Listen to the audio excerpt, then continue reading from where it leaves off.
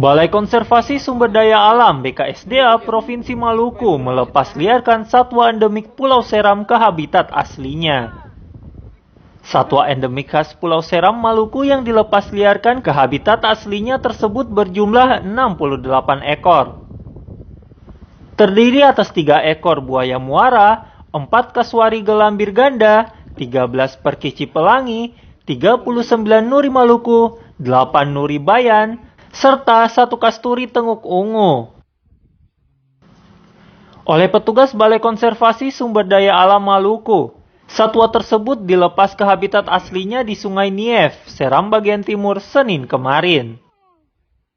Puluhan ekor satwa liar yang dilepaskan ke habitatnya ini merupakan satwa hasil sitaan BKSDA di sekitar Maluku serta hasil kegiatan translokasi dari Balai Besar BKSDA Jawa Timur.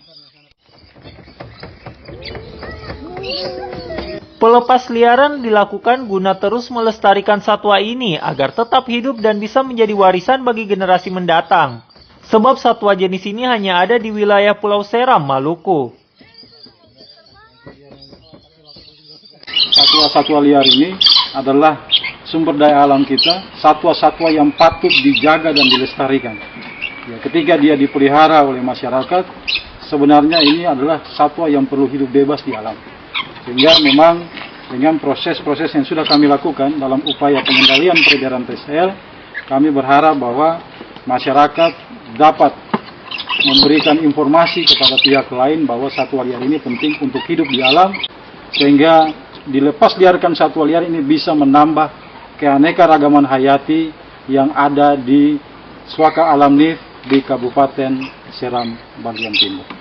Sebelum dilepas liarkan, satwa dilindungi ini dikarantina dan diperiksa kesehatannya di Balai Karantina Paso, Ambon.